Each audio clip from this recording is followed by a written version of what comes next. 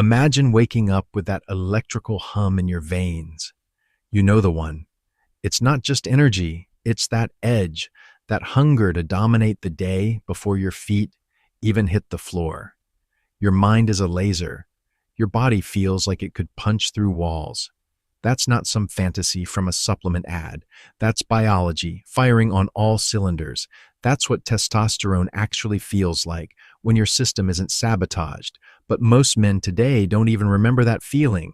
Instead, you're dragging yourself out of bed like you're underwater. There's this fog between your ears that won't lift. By 2 in the afternoon, you're hunting for caffeine or sugar just to stay conscious. You look in the mirror and wonder where the hell that guy went, the one who used to feel dangerous. So you do what you've been told. You eat breakfast, snack, lunch, snack, dinner, snack. You've heard it 1,000 times from every fitness guru with a protein shaker. You need to eat every 3 hours to keep that metabolism roaring, to keep your testosterone high.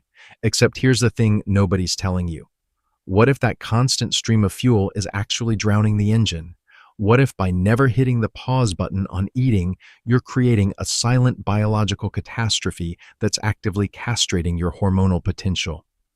Let me introduce you to the villain you didn't know was living in your bloodstream. Chronic insulin. When you're eating every few hours all day long, your insulin never gets to drop. It stays elevated, hovering like a wet blanket over your entire hormonal dashboard.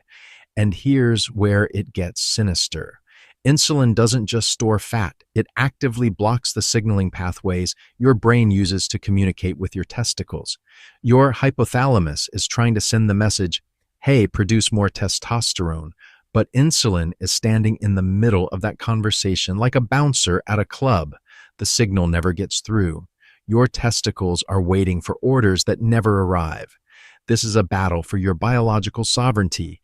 You can lift all the weights you want. You can take all the zinc, the ashwagandha, the tonkat ali, but if the signaling is broken at the root, you're just rearranging deck chairs on the Titanic. Now, maybe you've even tried intermittent fasting before. Maybe you made it through the first week and felt like absolute garbage. Your energy tanked, your libido disappeared. So you quit. You thought, see, I crashed my hormones. This fasting thing is a scam. But here's the twist. You didn't wait long enough to see the magic flip, because what happens to your testosterone after day 30 is completely different from what happens on day 3.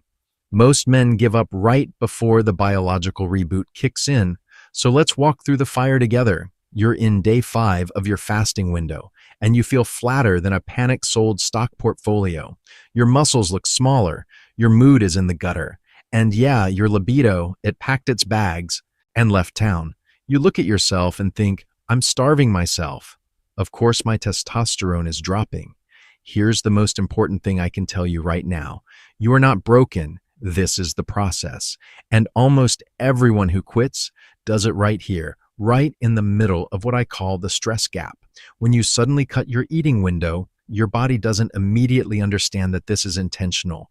All it knows is that food has become scarce, and in the ancient wiring of your nervous system, food scarcity means danger. So your adrenal glands start pumping out cortisol like a fire hose. Now here's where the biology gets brutal. Testosterone and cortisol are locked in an inverse relationship. They're on opposite ends of a seesaw. When one goes up, the other has to come down. Your body is making a choice. Do I invest energy in reproduction and building muscle, or do I invest it in survival and finding my next meal? Survival wins. Every single time. This is what researchers call gonadotropin suppression. It's temporary, but it's real. This is the hunter's anxiety. It's not a malfunction. It's a feature, not a bug. When your ancestors couldn't find food, their bodies made them irritable, restless, hyper-alert. That cortisol spike was there to make them better hunters, to sharpen their focus, to keep them moving, to make them aggressive enough to track down the next kill. Here's the analogy that helped me understand this. Imagine you're renovating your kitchen. Before you can install any of that beauty, you've got to endure the demolition, the sledgehammers, the dust clouds, the chaos. Your kitchen looks worse than it did before you started. But that mess? That's not destruction. That's preparation. And that cortisol spike you're feeling, that's the demolition phase. Studies published in journals like the Journal of Clinical Endocrinology and Metabolism have documented this exact phenomenon. Short-term fasting causes a temporary dip in testosterone as cortisol rises. And here's what's critical. The key word is temporary. Once your system realizes that you're not actually starving, once it understands that you're just operating on a different rhythm, everything changes. The cortisol begins to clear, and that's when the real machinery turns on. Welcome to the other side. You're somewhere between week 2 and week 4 now, and something has shifted. That fog that was sitting on your chest? Gone. You wake up and your mind is clear, sharp, almost uncomfortably alert. Your energy isn't just back. It's different. It's not the jittery, spike and crash energy you get from coffee and carbs. This is steady, relentless. And here's the part that confuses most guys. Your testosterone levels on a blood test might not look that different. Maybe they've gone up slightly. Maybe they've stayed exactly the same, but you feel like a completely different man. So what's going on? This is where the real magic lives. It's not just about how much testosterone is floating around in your bloodstream. It's about how sensitive your cells are to that testosterone. It's about androgen receptor sensitivity. Your cells have these receptors, these tiny docking stations on their surface that testosterone binds to. When testosterone locks into those receptors, that's when you get the strength, the drive, the aggression, the clarity. But when insulin is chronically elevated from constant eating, those receptors get numb. They stop listening. It's like they're wearing noise-canceling headphones because there's too much insulin noise cluttering the signal. Fasting rips those headphones off. Suddenly, your androgen receptors wake up. They become hyper-responsive. Even average levels of testosterone start hitting you like a freight train. You're getting more bang for your buck. One study out of the University of Virginia found that men who practiced intermittent fasting showed dramatically improved androgen receptor expression in muscle tissue, even when total testosterone remained stable. You're not necessarily making more hormone, you're just using what you have exponentially more efficiently. But that's not even the full story, because while your testosterone sensitivity is skyrocketing, something else is happening. Your growth hormone explodes. I'm talking about increases of up to 2,000% in some studies. Yes, you heard that right. 2,000%. When you fast for even 16 to 24 hours, your pituitary gland starts dumping growth hormone into your system, and growth hormone is the unsung hero of male physiology. It's the muscle guardian. It preserves lean mass, even when you're in a caloric deficit. It mobilizes fat for fuel. And it works synergistically with testosterone, amplifying its effects. Think of growth hormone and testosterone as business partners. Testosterone is the architect designing the muscle. Growth hormone is the construction crew making sure the blueprint gets built and protected. Now let's talk about what's happening upstairs. Your brain enters what I call hunt mode. When you're fasting, your brain releases norepinephrine and dopamine. This combination creates that hunter's high that men report. You're not manic. You're not anxious. You're dialed in. You feel like a predator. And evolutionarily, this makes perfect sense. When food was scarce, your ancestors couldn't afford to be sluggish and depressed. They needed to be at their cognitive peak to hunt, to strategize, to survive. And here's one more piece of the puzzle. As you lose body fat through fasting, something remarkable happens to your hormonal profile. Body fat, especially around your belly, contains an enzyme called aromatase, and aromatase is a testosterone thief. It converts your precious testosterone into estrogen. The more fat you carry, the more your testosterone gets converted into a hormone you don't want elevated as a man. But as fasting strips away that visceral fat, you reduce aromatase activity. Your testosterone stays as testosterone. You get a purer, more potent hormonal profile. It's like plugging the leak in a dam. Now, you might be thinking, okay, the focus is great, the hormones sound incredible, but I don't want to wither away. I want to keep my size. And that brings us to the biggest fear men have about fasting, the nightmare scenario. You skip breakfast, and in your mind, you can practically hear your biceps screaming as they shrivel up and disappear. You've been told your whole lifting life that if you don't get protein every 3 hours, your body starts cannibalizing muscle. It's gospel, it's doctrine, and it's also wrong. Let's talk about what actually happens when you fast. Yes, your body enters a state called autophagy. The word literally means self-eating. And I know that sounds terrifying, but here's what they don't tell you. Your body isn't stupid. It's not some panicked machine that starts burning the furniture to heat the house when there's plenty of firewood and trash lying around. Your body has priorities, and muscle, functional lean tissue, is way too valuable to destroy first. Think of autophagy as a microscopic cleaning crew that shows up when you finally give your system a break from digestion. These cellular janitors go through every room in your body looking for garbage, damaged proteins, senescent cells, misfolded junk, dysfunctional mitochondria. Autophagy recycles that trash. It breaks it down and repurposes it to build new, functional structures.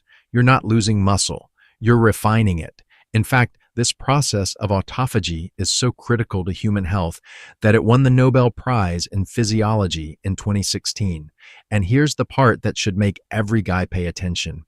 Fasting doesn't just preserve your gains, it enhances the quality of what you have. You might look slightly smaller in the mirror during the first week or two, but you're not losing muscle mass. You're losing water weight and inflammation. When your body depletes its glycogen stores, you shed the water that was bound to that glycogen. But what's underneath? Denser, harder, more defined muscle. The kind of muscle that looks carved, not puffy. But let's go beyond the mirror for a second. Erectile quality, blood flow, hydraulics. It's not just about testosterone levels. It's about whether your vascular system can actually deliver that testosterone and all the blood it needs to where it counts. Fasting dramatically improves your endothelial function. When you fast, your body increases nitric oxide production. Nitric oxide is the molecule that dilates your blood vessels, increases circulation, and yes, powers erections. Better blood flow doesn't just mean better performance in the gym, it means better performance everywhere. Here's another thing nobody mentions. Fasting resets your dopamine receptors. We live in a world of constant stimulation, food, screens, notifications, porn, sugar, caffeine. Your dopamine system is fried. You're numb. Nothing excites you anymore. Fasting forces a dopamine detox. When you stop flooding your system with easy hits of pleasure from constant eating, your receptors become sensitive again. Suddenly, food tastes incredible. Sex feels electric. You start caring about things again. You want to chase goals, pursue challenges, take risks. You feel alive. That's not motivational fluff. That's neurochemistry being restored to factory settings. So we've cleared the fog. We've protected the muscle, we've sharpened the mind and upgraded the plumbing, but how do we turn this from a 30-day experiment into a lifelong strategy? This isn't a diet. Diets are prisons with expiration dates. What we're building is something called metabolic flexibility. And metabolic flexibility is the closest thing to a biological superpower that exists.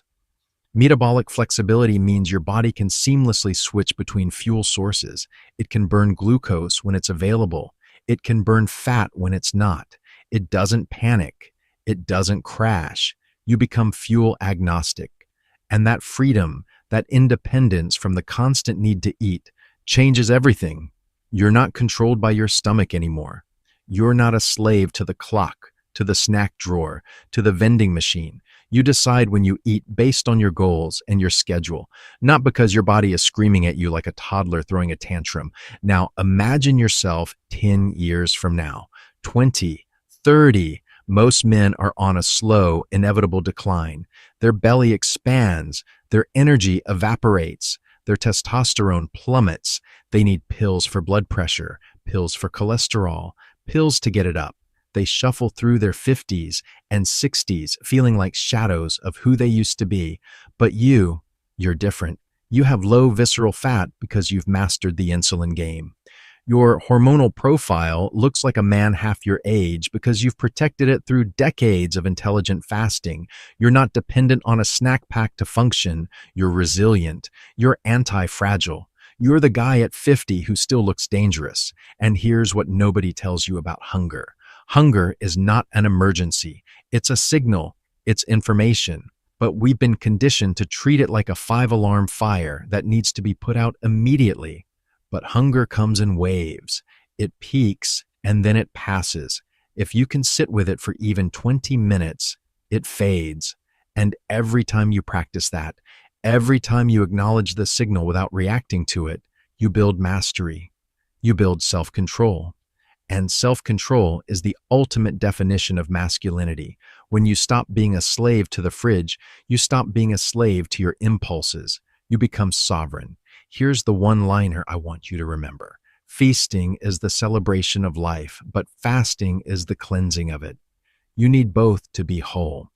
You need the abundance, the joy, the social connection that comes from sitting down to a great meal with people you love. But you also need the discipline, the reset, the purification that comes from stepping away from the table and letting your body breathe. This is the rhythm of a powerful life: expansion and contraction, feast and fast. So here's what I need you to do. If this information has value to you, if you feel like you just unlocked a piece of the puzzle you've been missing, hit that subscribe button and share this video with someone who's stuck in the old paradigm, who's frustrated, who's losing the battle and doesn't know why. This information could change his life. You didn't come here to be entertained. You came here to evolve.